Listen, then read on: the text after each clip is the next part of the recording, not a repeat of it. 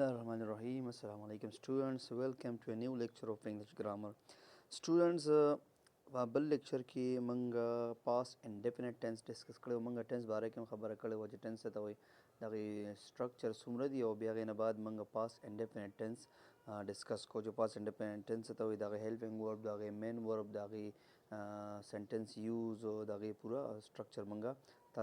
تاسو ته ټیچ کړو او پورا پازیټیو نیگیټیو او انټراګیټیو سنټنسز په ترو باندې دغه اگزامپل زمونږ تاسو ته وکړل.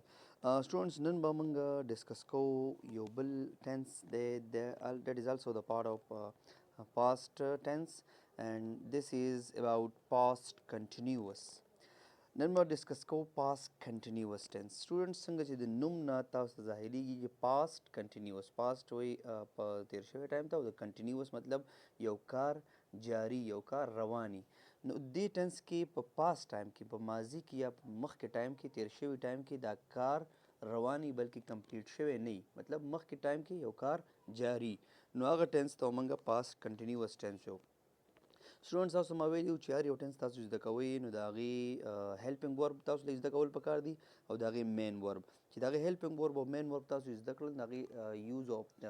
کوم سنټنس یوز دی هغه به تاسو ته ایزي او د هغې چې کوم نیګیټیو ته چینج کول یا انټراګیټیو ته چینج کول هغه به تاسو ته بالکل ایزي. سټوډنټس مین تاسو ته هر یو ټینس چې زده کوئ د هغې هیلپینګ ورب به زده کوئ او دین مین ورب زده کوئ. سټوډنټ د دې هیلپینګ ورب چې کوم دی موږ سره ټو دی دیټ ایز یو دی واز او بل موږ سره ور دی، یو دی واز اینډ بل ور دی. د دې یوز به موږ کوو چې کوم ځای کې به واز یوز کیږي کوم ځایونو کې به ور یوز کیږي. د دې مین ورب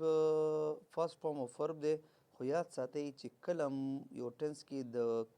کنټینیوس خبره راشي چې کنټینیوس وي، که هغه پریزنټ کنټینیوس وي، که پاست وي، که فیوچر وي، خو چې کنټینیوس نوم پکې راشي نو هغې سره به تاسو همیشه فرست فارم اف ورب with ing first form of verb with ing به همیشه تاسو یوز کوئ. first form of verb سره به ing تاسو یوز کوئ when there is continuous in any kind of tenses. کو past دی، کو future دی، کو present continuous دی، کو future continuous دی، کو present continuous دی. هر یو continuous کو perfect continuous ولې نه که هر یو کنټینیوس او چې کله به کنټینیوس نوم راشي نو هغې نه همیشه به تاسو ذهن کې یاد ساتئ چې فرست فارم اف ورب پلس آی ان جي ود د فرست فارم اف ورب سره به همیشه آی ان جي راځي، نو دا به یاد ساتئ. دا خبره بالکل کلیر شوه چې کنټینیوس کې کو هغه په هر یو کنټینیوس وي، کو پاست کو فیوچر او کو پریزنټ وي، بټ چې کنټینیوس نوم په ټینس کې راشي نو بس تاسو دا خبره بالکل کلیر پکار ده چې تاسو به فرست فارم اف ورب ود آی ان جي دا به مین ورب وي. سټوډنټس د دې ما تاسو ته ویل چې دې کې هیلپینګ ورب ټو ټایپس یوز شوي دي، ون یو دی واز اینډ بل دی ور. نو د هیلپینګ ورب همیشه موږ سبجیکټ سره یوز کوو او سنټنس کې هم یوز کیږي. نو یاد ساتئ چې کله موږ سره اوس به دا موږ سره پته ولګي چې واز به کوم سبجیکټ سره راځي اینډ ور به کوم سره سبجیکټ سره راځي. یاد ساتئ چې کله موږ سره سبجیکټ آی راشي، چې کله موږ سره سبجیکټ شي راشي، کله موږ سره سبجیکټ هی راشي، چې کله موږ سره سبجیکټ اټ راشي او چې کله موږ سره سبجیکټ سنګولر ناون اس ان مطلب دی سنګولر ناون مطلب یو نوم چې کوم دی هغه راشي نو دې کې دې ټولو سره به موږ څه لګوو، دې ټولو سره به موږ کوم هیلپینګ ورب د دې کې لګوو، واز به لګوو. صحیح شوه؟ آی واز، شي واز، he was, it was and singular noun for example Khan was, Ali was, Ahmad was etc etc. اوکې سو دا خبره به کې ځان سره بالکل کلیر کړئ چې واز به راځي دیز کایند آف سبجیکټس. چې کله موږ سره سبجیکټس دا قسم راشي چې کله آی راشي، کله شي راشي، کله هی راشي، اټ راشي یا سنګولر ناون راشي نو موږ به هغه سبجیکټ سره واز لګو، آی واز، هی واز، شي واز. اوس خبره پاتې شوه د ور. ور هم یاد ساتئ ور به کم سره راځي. اوس پاتې شو موږ سره سبجیکټ دی موږ سره پاتې شوی دی، دی ور به راځي. وی موږ سره یو سبجیکټ پاتې شوی دی، یو موږ سره یو پاتې شوی دی اینڈ پی این. پی این مطلب هلته موږ اس ان لیکلی و دی مطلب دی سنګولر ناون، هلته موږ پی این ولیکو دی مطلب دی پلورل ناون. چې کله موږ سره دیز کایند آف سبجیکټ راشي نو موږ به څه لګوو، موږ به ور یوز کوو. یاد ساتئ چې کله موږ سره سبجیکټ کم ټینس کې پاست کنټینیوس کې ټینس خبره کیږي، هر یو ټینس کې نه بلکې یاد ساتئ پاست کنټینیوس ټینس خبره چې کیږي نو موږ به دې سره واز لګوو ان دې سره ور یوز کیږي. وی ور، یو ور اینډ پلورل ناون ور. نو پلورل ناون د یو نه سیوا نو ناون کیدی شي، فار ایگزامپل خان اینڈ احمد یا Khan and Ali etc. मतलब two subjects पकी use she या you can say plural noun मतलब यौ न सेवा noun पकी use she नु तासुम बिया वर यूज़ कवले शे.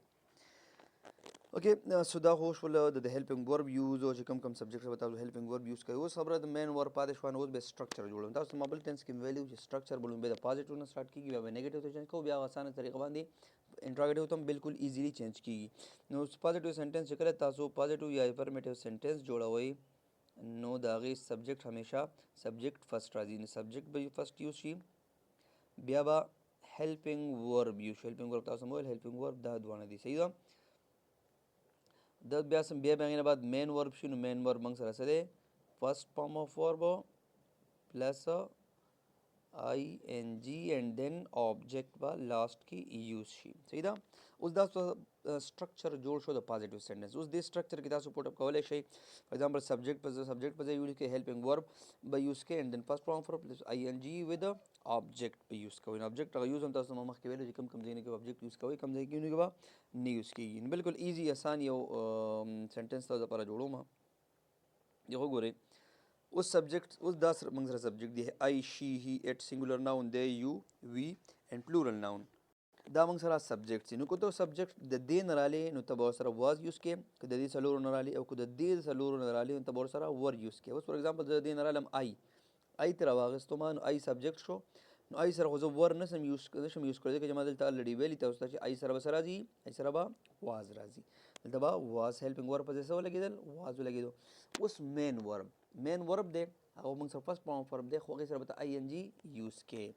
फॉर एग्जांपल सिंपल आसान टेंस था यूज कम च प्ले मंग सर एज अ मेन वर्ब दे खुद ता मास्टर सुमादा खबर हम दिल तकड़े आईएनजी बा यूज को ज मेन वर्ब सर मंग आईएनजी यूज को नो प्ले विल बिकम प्लेइंग और ऑब्जेक्ट लास्ट की यूज़ का नुकार से लगे फॉर एग्जांपल टेनिस लगे न टेनिस और सर यूज़ का हॉकी लगे क्रिकेट लगे अगर सर तो यूज़ का बोले at the last of sentence उस सेंटेंस तास्तो दा जोड़ शो सही शो अब देखे उस तो आई पजे शीम लगे बोले शी वाज बहुत बखोल से बने जगह ची वाज दे टूल सर दे ही मु लगे बोले he was playing cricket it was playing cricket he was playing cricket and Ahmad was playing cricket या टेनिस एक्सेट्रा ऑब्जेक्ट की तासो अरियोसिस लगे बोले शी दा तो जोड़ शो देना उस जोड़ो द देना यो बद वाज वाला हेल्पिंग वर्ब मंग यूज को दो यो बद दिन रवालू फॉर एग्जांपल तब देम रगस्ते शी वा वीम रगस्ते शी यूम रगस्ते शी प्लूरल नाउन रगस्ते फॉर एग्जांपल बरावालू दे सो दे सर बसराजी दे सर मत तस्वीर जो वाज बनराजी बल्कि वर बराजी ने दे वर्ब यूज शी दे वर सही हुआ दे वर फॉर एग्जांपल कॉलिंग देखिए ऑब्जेक्ट ज़रूरत नश्ता जैसे इंट्रांजिटिव वर्ब था समझ से ऑब्जेक्ट ज़रूरत पकी नहीं दा इंट्रांजिटिव वर्ब दे कॉल नो देखिए द ऑब्जेक्ट ज़रूरत नश्ता देवर कॉलिंग बस सही शो देवर कॉलिंग सिंपल था उसका सेंटेंस राले नो दे वर कॉलिंग सही शो देवर कॉलिंग पूरा सेंटेंस शो दिलता दे वर हम यूज शो दिलता वाज हम यूज शो नो दे वी वर कॉलिंग हम यूज कोले यू वर कॉलिंग हम यूज कोले plural noun were are you plural noun with more than one noun बी यूज की and then were and calling बा सर यूज की दा शांति सेंटेंस था जरा the was use them show and also the were use them sentence के show positive sentence की उस राजू स्टूडेंट्स नेगेटिव सेंटेंस बसंग जोड़ो अभी आगे ना बात बार राजू इंट्रोगेटिव सेंटेंस बिल्कुल इजी दे आसान तरीका दा बिल्कुल आसान ट्रैक दे सुमरा हेल्पिंग वर्ब ता सर दी हेल्पिंग वर्ब को आवाज राजी और को वर राजी दागे ना बाद बता सो लगवई नॉट बोलेगी not after helping verb not after helping verb उस तासो हेल्पिंग वर्ब को तासो सर वाज राजी और को वर राजी अगेन बताओ सब लगे भाई बस दा तरीका बा किस दा कि नॉट आफ्टर हेल्पिंग वर्ब दा तरीका जान सर यो दा वर्ड नोट के दा फ्रेज ची नॉट आफ्टर हेल्पिंग वर्ब पर नेगेटिव के बाद नॉट आफ्टर हेल्पिंग वर्ब मंग सर वाज दे एंड वर्ब दे उस बिल्कुल दा सेंटेंस दिकम ची लिखी जगह पर चेंज को for example I was playing tennis so it will become I was मतलब से लेकिन not after helping वर्ब मतलब से दी was दे दिन बाद बा सिर्फ not हो लगो so it will become I was playing cricket it will become I was not playing cricket और tennis और यो चीज लगा हुआ सही हुआ so I was not playing cricket या tennis और सही दी सही हुआ I was not after helping verb मतलब से वो लगी तो not हो लगी दाव शायद डबल टेंस को तासु गो सेंटेंस they were calling नु दा बसंग चेंज की they were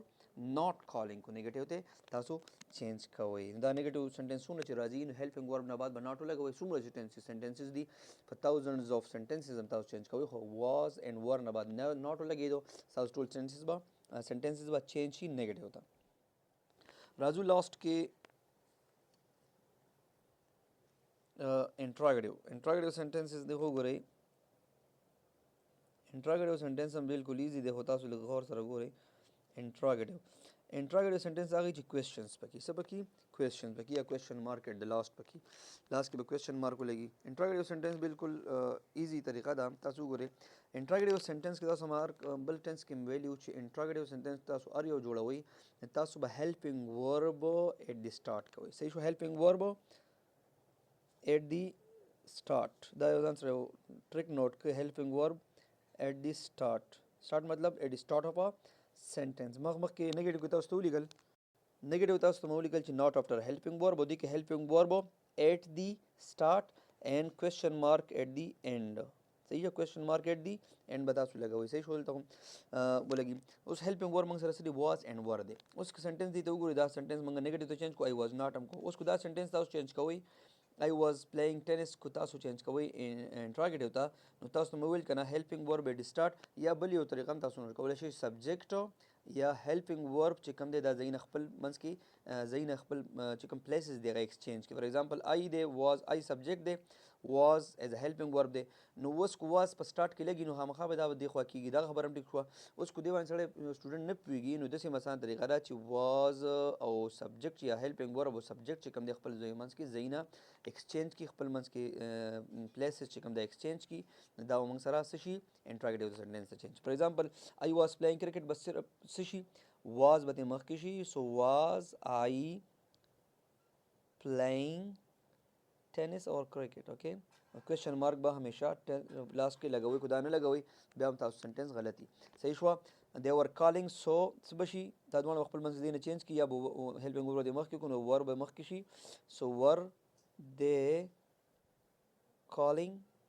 کوېسچن مارک به لاست کې ولګي بس دا یو طریقه ده چې نیگیټیو چینج کوئ ناٹ به دغې نه بعد هیلپینګ ورب نه به ناٹ بعد ولګوئ او هیلپینګ ورب تاسو وایئ چې انټراګیټیو ته چینج کوو نو هیلپینګ ورب نه به مخکې ولګي په سبجیکټ به هغې نه بعد ولګي یا به دا دواړه خپل ځایونه خپل منځ کې چینج کړي سو سټوډنټس دیٹ واز آل اباؤٹ پاست کنټینیوس ټینس امید ده چې تاسو په دې باندې پوه شوي یم که څه کوېسچن دي تاسو په کمنټ کې کوېسچن کولی شئ د هغې به انشاءالله جواب تاسو ته ملاویږي سی یو انشاءالله ان د نیکسټ ویډیو ان د نیکسټ لیکچر تھینک یو الله حافظ